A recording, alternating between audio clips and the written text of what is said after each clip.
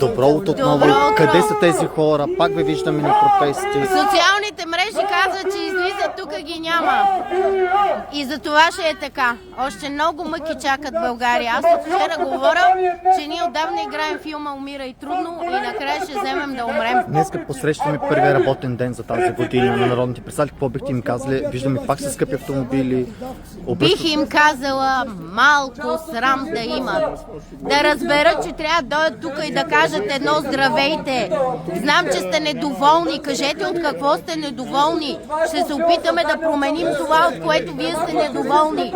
А те минават покрай нас, сякаш ние сме прокажени. Никой няма възпитанието да дойде тук при народа. Нито един от тях. Виждат ни, смеят ни се, че сме малко, но не знаят колко българи чакат искрата да пламне. Нека да си мислят, че нищо не можем да направим, шепа хора. Шепа хора, разбудихме много духове. Полицаите са повече от протестиращите. Полицаите винаги са повече от протестиращите. Това е истината за България. Срам за българския народ.